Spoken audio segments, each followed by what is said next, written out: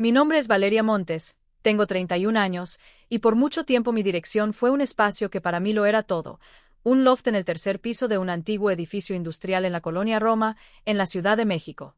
Ese lugar no era solo un estudio. Era mi refugio. Era mi historia. Era lo único en mi vida que sentía verdaderamente mío. Mientras yo estaba en Berlín, en una residencia artística de 3 meses, mi vida había quedado en pausa. O al menos eso pensé. Pintaba sin interrupciones, sin llamadas constantes de mi familia, sin la presión de ser útil o ser realista. Por primera vez en años, respiraba. En Berlín nadie me conocía como la hija inestable o la hermana artística sin rumbo. Ahí solo era una pintora. Solo Valeria. Cuando me fui de México, dejé mi estudio exactamente como estaba. Mis lienzos apoyados contra la pared, los pinceles en frascos de vidrio, las manchas de pintura seca en el suelo que mi abuelo nunca me dejó limpiar del todo. Porque ese lugar no era nuevo. Ese lugar era herencia. Mi abuelo, don Ernesto Montes, había sido pintor antes que yo. Él fue quien me crió después de que mi abuela murió y mis padres se convirtieran en dos sombras siempre ocupadas, siempre trabajando, siempre prometiendo que vendrían mañana. Pero ese mañana nunca llegaba. Así que crecí con él. Él me enseñó a tensar un lienzo hasta que sonara como una cuerda viva cuando lo tocabas. Me enseñó que el silencio no siempre es paz, a veces es defensa. Y me enseñó algo que nunca olvidé. Si miras una pared en blanco el tiempo suficiente, deja de darte miedo, y empieza a hablarte. Cuando murió, el loft pasó a mí. No porque fuera valioso en ese momento, sino porque era lo único que realmente me pertenecía en una familia donde todo parecía prestado.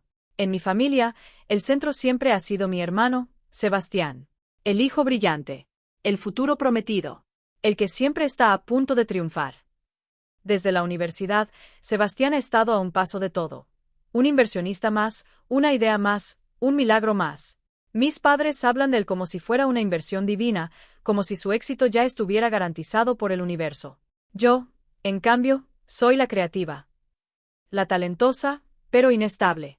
La interesante, pero no confiable. La que pinta bonito pero no tiene un futuro claro. Mis exposiciones eran agradables. Mis logros eran bonitos. Mi vida era una fase que ellos toleraban mientras esperaban algo mejor de mí. La relación era simple. Yo ayudaba. Yo no molestaba. Yo no pedía demasiado. Y a cambio, me dejaban existir. Eso cambió cuando fui a Berlín. En esos 3 meses, algo dentro de mí despertó. Comencé una serie nueva de pinturas que llevaba años evitando.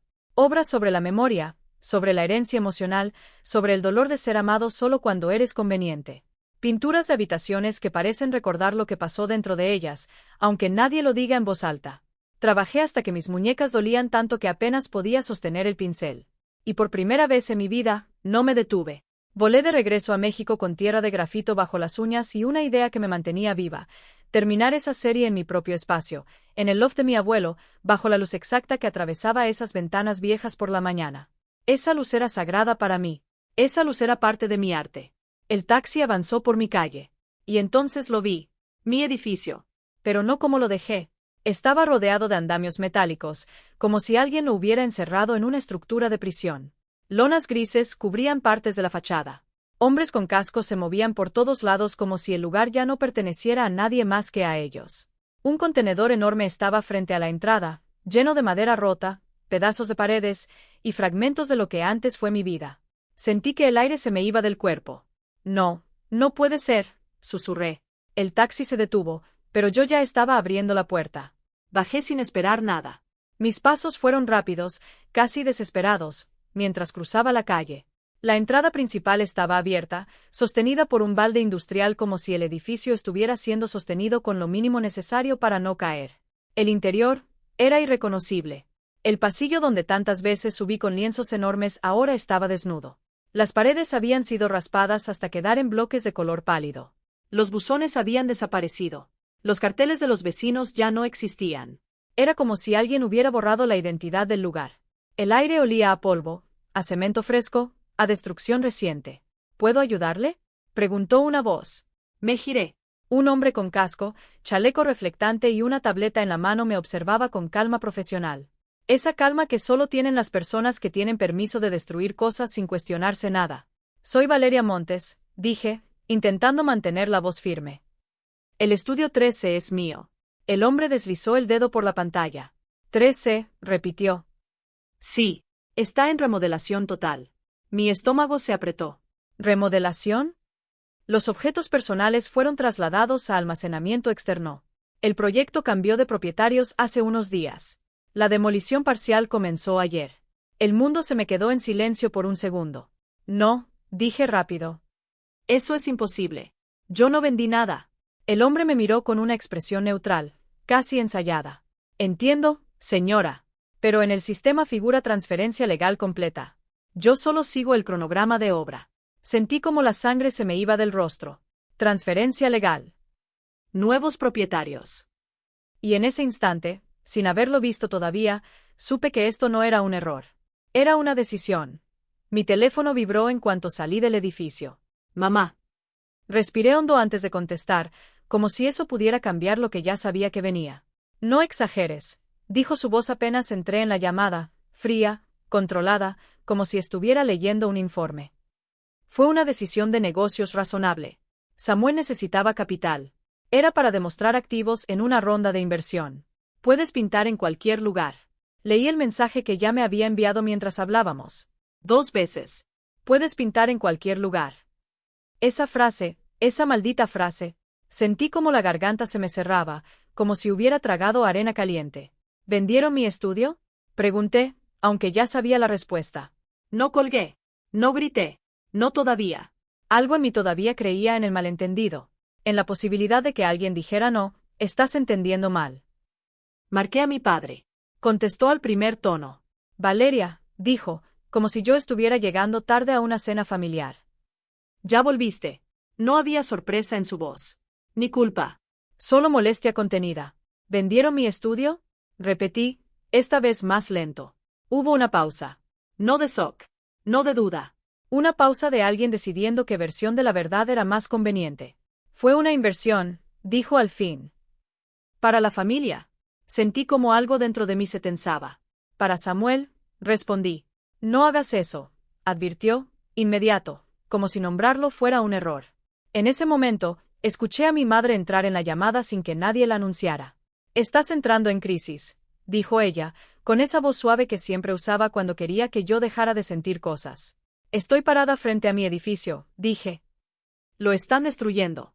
Y vas a estar bien, respondió ella, firme, segura, casi molesta por mi resistencia. Siempre lo estás. Puedes pintar en cualquier lugar. En cualquier lugar. Como si mi vida fuera intercambiable. Como si mi historia pudiera mudarse en cajas. Entonces escuché risas al fondo. La voz de mi hermano, Samuel, riendo, como si nada estuviera pasando. Pásamelo, dije. Hubo un pequeño silencio. Luego el teléfono cambió de manos, como si me estuvieran haciendo un favor. Valeria, dijo él, cansado desde el primer segundo. No quería que te enteraras así, añadió. ¿Así cómo? Pregunté. ¿Con mis paredes en un basurero? Silencio. No negación. No disculpa. Solo cálculo. Necesitaba liquidez, dijo finalmente. El momento era crítico. No es personal. Es un activo. Sentí un vacío en el estómago.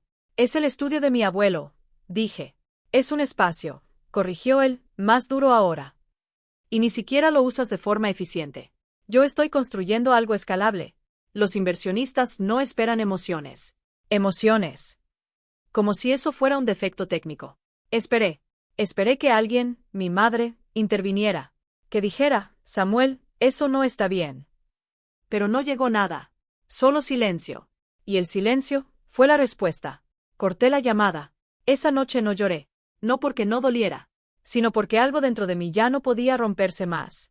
El dolor se había convertido en estructura. Y la rabia me mantenía de pie como una columna que no sabía que existía dentro de mí. Llamé a Maya. Maya no era una amiga emocional. Era una abogada. La había conocido a través de un coleccionista de arte que disfrutaba tanto las pinturas como los litigios. Maya no reaccionaba a lágrimas. Pero tampoco las ignoraba. Las trataba como evidencia. Envíame todo, dijo apenas le expliqué la situación. Mensajes, correos, documentos.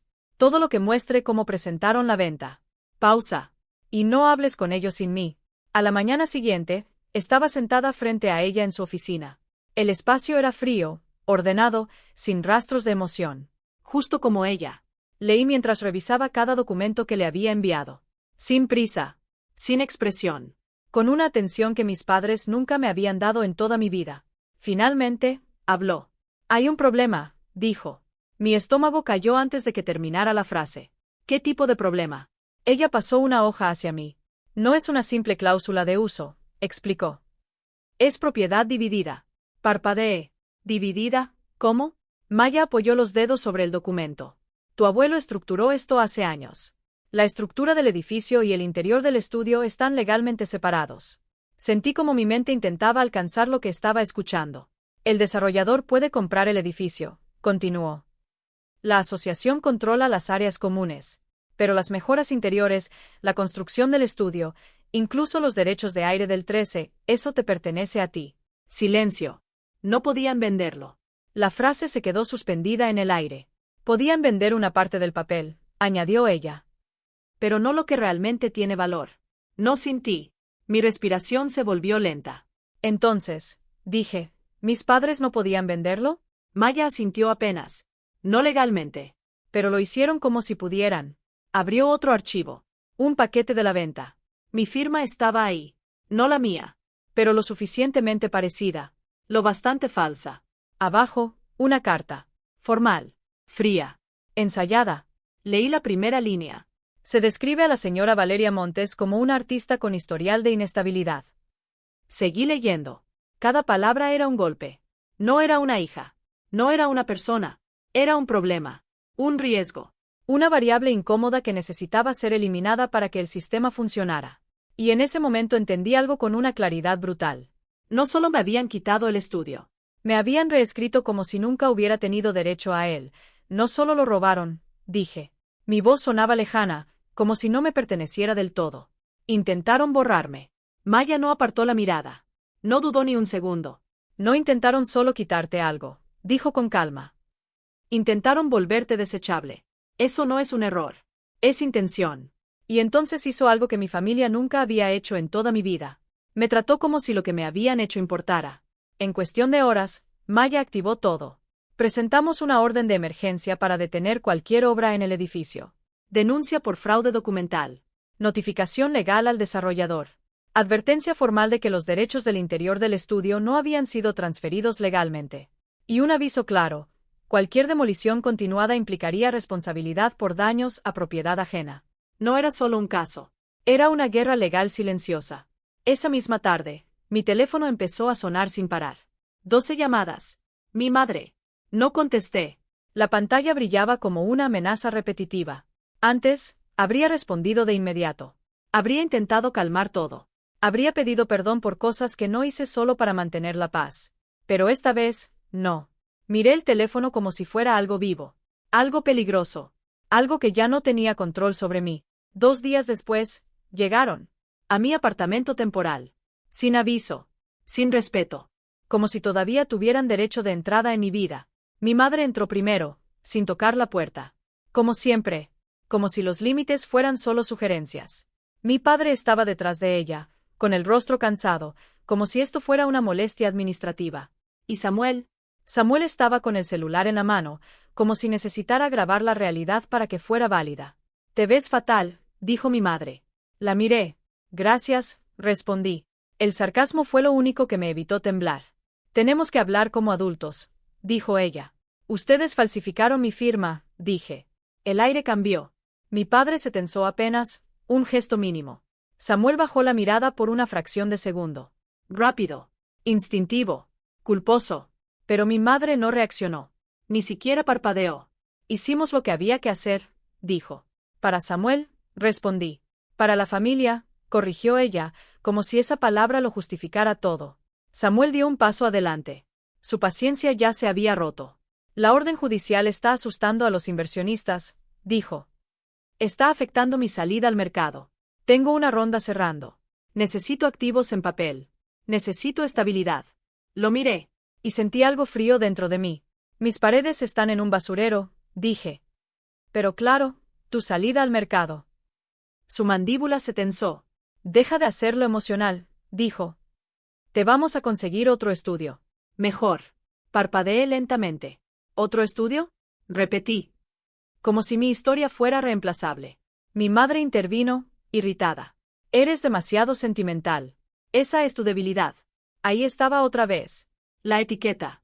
La palabra que usaban para invalidar todo lo que en mí no podían controlar. Puedes pintar en cualquier lugar, dijo ella, lenta, como si fuera una verdad universal. No necesitas ese edificio. La miré, y por primera vez, no sentí dolor. Sentí claridad. Fría. Definitiva. Ellos no estaban confundidos. No estaban arrepentidos. Estaban molestos. Molestos porque yo estaba resistiendo. Maya me dijo que nos reuniéramos en el sitio. No para cerrar nada. No para reconciliar. Para posicionarnos. Para testigos. Para el momento exacto en que su historia se rompería. El cielo estaba gris cuando llegamos bajo los andamios. La malla de protección se movía con el viento, como una cortina barata intentando ocultar algo que ya era evidente. Mi madre miraba el edificio como si le ofendiera su existencia. Mira, dijo. Es progreso. Deberías estar agradecida. Samuel tenía los ojos rojos. No de culpa. De estrés. Solo detén esto, dijo. Podemos arreglarlo. Por favor, Valeria. Por favor. Sonó como una orden disfrazada de suavidad. Mi madre se giró hacia mí, irritada. Deja de disfrutar esto. Casi me río. Casi. Ella repitió su frase favorita, como un mantra. Puedes pintar en cualquier lugar. Samuel explotó. ¿Qué es lo que te parece gracioso? Dijo. Y en ese momento lo entendí. No era curiosidad. Era miedo. Podían sentir que algo había cambiado. Que ya no tenían el control de cómo terminaba esta historia. Respiré lento. Y dije, en voz baja. El estudio que vendieron en realidad. Me detuve. El silencio se estiró. Pesado. Cortante. Mi madre dio un paso adelante. Termina la frase, ordenó. Maya dio un paso al frente. Abrió una carpeta. No con drama. Con precisión. Y extendió una sola hoja. Tus padres no vendieron lo que creen haber vendido, dijo Maya. Su voz no subió ni un centímetro. Esta transacción no transfiere los derechos interiores del 3C. No transfiere la construcción del estudio. Y no transfiere los derechos de aire asociados a la unidad. Todo eso le pertenece únicamente a Valeria. Por un segundo perfecto. Nadie respiró. El aire se quedó suspendido, como si el edificio entero hubiera entendido lo que acababa de cambiar. El rostro de Samuel perdió el color. No lentamente. De golpe. Como si alguien hubiera apagado algo dentro de él. ¿Derechos interiores? Rió mi madre, pero fue una risa seca, rota, incrédula. Eso no existe. Maya la miró sin emoción. Sí existe. Pausa. Y si su contratista continúa destruyendo propiedad que no les pertenece, se añade destrucción de bienes y conversión ilegal. La voz de mi padre salió más baja de lo que jamás la había escuchado. Valeria, nosotros no sabíamos. Lo miré. Sin rabia. Sin sorpresa. Solo vacío. ¿No leyeron? Dije. No les importó leer. Y entonces terminé la frase. Lenta. Precisa. Como una hoja entrando sin resistencia. Nunca les perteneció para venderlo. Ahí fue cuando explotaron. Mi madre fue la primera. Un grito crudo, afilado, desesperado. Lo hiciste para castigarnos. Gritó. Estás celosa. Siempre has estado celosa. Su voz rebotaba en los andamios, en las láminas metálicas, en el polvo del lugar. Como si gritar pudiera revertir la ley. Samuel se llevó las manos al cabello. Su respiración se rompió. Arréglalo, dijo, casi sin voz al principio. Valeria, arréglalo. Llama a los abogados. Diles que todo está bien. Diles. ¿Decirles qué? Lo interrumpí. Lo miré directo. ¿Qué tienes derecho sobre mi vida? Él dio un paso hacia mí. Sus ojos estaban desbordados. Ya no era estrategia. Era pánico. Me debes esto, dijo. Siempre ayudas. Mi madre clavó el dedo en mi pecho. Eres egoísta, escupió. Estás destruyendo a tu hermano. Y en ese instante, escuché la voz de mi abuelo en mi memoria. Suave. Calma. Como si estuviera detrás de mí. El silencio también es un arma. Y la usé. No dije nada. No reaccioné. No defendí. Solo dejé que sus palabras cayeran. Pesadas. Inútiles. Las dejé en el aire. Las dejé frente a los trabajadores. Frente al supervisor del sitio. Frente al representante del desarrollador que acababa de llegar y ahora observaba todo con incomodidad profesional. Mi familia no solo estaba perdiendo una discusión. Estaba perdiendo control frente a testigos. Maya dio un paso adelante. Su voz seguía baja. Clara. Definitiva. Cualquier contacto adicional debe pasar por mi oficina, dijo. Si se acercan a Valeria otra vez, añadimos cargos por acoso. La firma falsificada es un delito penal. La venta es inválida. Y todo trabajo sobre el interior queda congelado. ¿Congelado? Esa palabra cayó como un martillo. No era una amenaza. Era un cierre. Un bloqueo total. Antes de la audiencia, fui al almacén. El lugar estaba en las afueras de la ciudad. Un laberinto de puertas metálicas, luces fluorescentes parpadeantes y pasillos que olían a polvo viejo y vidas guardadas. Un sitio donde la gente esconde divorcios, mudanzas, duelo y cosas que ya no sabe dónde poner. El empleado no me miró. Solo deslizó una llave. Unidad 48B. Firme aquí. Adentro estaba todo. Mi vida, apilada como equipaje abandonado. Lienzos envueltos en plástico transparente. Cajas marcadas con plumón negro. Herramientas de pintura. Fragmentos de mí misma que habían sido movidos como si fueran mercancía. Y en una esquina, vi la silla de madera de mi abuelo. Vieja, gastada, real. Tenía la misma marca en el asiento. El mismo golpe. El mismo error de cuando yo tenía 12 años y se me cayó una espátula de pintura encima. Mi primer accidente. Mi primera prueba de que incluso lo involuntario deja huella. Puse la mano sobre la madera. Y entonces, por primera vez desde que todo empezó, mi cuerpo me dejó sentirlo. No el gran dolor dramático, sino el pequeño, el sucio, el que se queda atrapado en la garganta, el que no te deja llorar fácil. Mi teléfono sonó. Claro que sonó. Mi madre. Contesté.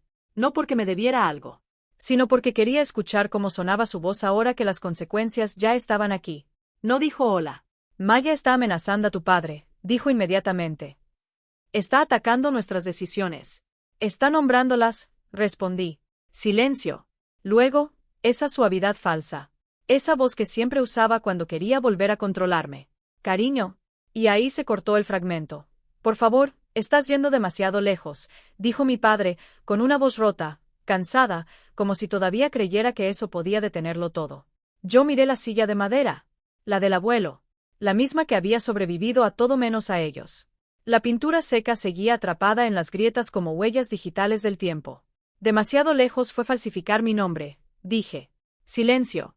Ese tipo de silencio que ya no es vacío. Es reconocimiento. La voz de mi padre volvió, más baja esta vez. Valeria, somos tus padres. Lo miré. Sin emoción. Sin refugio. No, respondí. Son personas que tuvieron acceso a mi vida. Samuel tomó el teléfono de golpe. Su voz ya no tenía control. Solo desesperación. No puedo perderlo todo, dijo. Esta ronda depende de ese colateral. Es mi vida. Solo, firma algo. Diles que lo apruebas. Nosotros lo arreglamos después. Lo arreglamos después. Como si la verdad fuera temporal. ¿Arreglarlo? Repetí. Una risa pequeña se me escapó. Sin alegría. ¿Con qué? ¿Con otra mentira? Tragó saliva. Y por primera vez, escuché algo que no había escuchado antes en su voz. No arrogancia. No seguridad. Miedo. Valeria, por favor, dijo. Y ese por favor. Hubiera funcionado antes. Hubiera roto a la versión antigua de mí, la que corría a salvarlo todo para sentirse necesaria. Pero esa versión ya no existía. Voy a colgar, dije. Cualquier otra llamada pasa por mi abogada. Y corté. Báscula de la audiencia. El tribunal estaba frío. Demasiado ordenado para el caos que contenía. Mis padres estaban sentados detrás de su abogado, vestidos como si la ropa pudiera reescribir la realidad. Mi madre mantenía la cabeza alta. No por dignidad. Por negación. Mi padre parecía haber envejecido 10 años en una semana. Samuel no podía quedarse quieto. Su pierna temblaba sin control, como si su cuerpo estuviera procesando lo que su mente aún no aceptaba. Maya no actuó como abogada de películas. No necesitaba hacerlo. Ella construyó el caso como si colocara ladrillos. Uno por uno. Propiedad dividida, dijo. Firma falsificada. Carta difamatoria sobre inestabilidad mental. Cronología manipulada para forzar la venta. Cada frase era un golpe silencioso. El juez no cambió su expresión. Pero sus preguntas sí. Se volvieron más frías. Más precisas. Más inevitables. Cuando se emitió la orden de suspensión de obra, Samuel se derrumbó sin caer.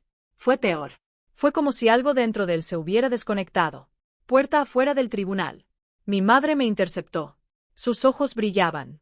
No de arrepentimiento. De pérdida de control. Lo haces porque nos odias, susurró. La miré largo rato. Como si por fin pudiera ver la estructura completa de lo que era ella. No, dije. Lo hago porque por fin me quiero más que a su aprobación. Ella se estremeció. Como si eso hubiera sido violencia física. Y luego, su expresión cambió. Se volvió fría. Conocida. Siempre fuiste dramática, escupió. Y se dio la vuelta. Como si yo fuera una desconocida que le estorbó el día. Tal vez eso era. Reloj de arena con arena cayendo semanas después. La venta se deshizo oficialmente. Al menos la parte que podía deshacerse. El desarrollador salvó lo que pudo del proyecto externo. Pero el interior, el estudio, los derechos de aire, seguían donde siempre habían estado. Conmigo. La investigación por falsificación creció sola. Como una bola de nieve que ya no necesita impulso. Los inversionistas de Samuel dejaron de contestar. Mi familia empezó a aprender palabras nuevas. Consecuencias. Responsabilidad. Límite. Y entonces el gobierno de la ciudad, junto con un programa cultural que mi abuelo había apoyado discretamente años atrás, me ofreció algo inesperado. No propiedad. Algo más raro. Stewardship. Custodia. Autoridad. Un espacio que ya no dependía del permiso de nadie. Casa abandonada, el regreso. La primera vez que volví al loft. No sentí hogar. Sentí ruina. Las paredes estaban marcadas. El piso vacío. El polvo flotaba como memoria suspendida. Pero la luz seguía entrando. Terco. Inmutable. Cayendo exactamente donde mi caballete solía estar. Esperé sentir dolor. Esperé quiebre. Esperé vacío. Pero no llegó. Lo que llegó fue algo más estable. Ellos no destruyeron mi vida. Destruyeron la ilusión. La idea de que tenía que ganarme un lugar en mi propia familia. Tomé un trozo de carbón. Mi mano no tembló. Y dibujé la primera línea. Oscura. Firme. Irreversible. No estaban convirtiendo este lugar en capital. Yo lo estaba convirtiendo en significado. Destellos final. Y si hay una verdad en todo esto, es esta. El momento en que tu familia te ve como un recurso. Deja de ser familia en el momento en que dejas de ser útil. Ese momento duele. Como si te rompieran por dentro. Hasta que entiendes algo más peligroso. Ese dolor es también el primer momento en el que por fin te perteneces a ti misma.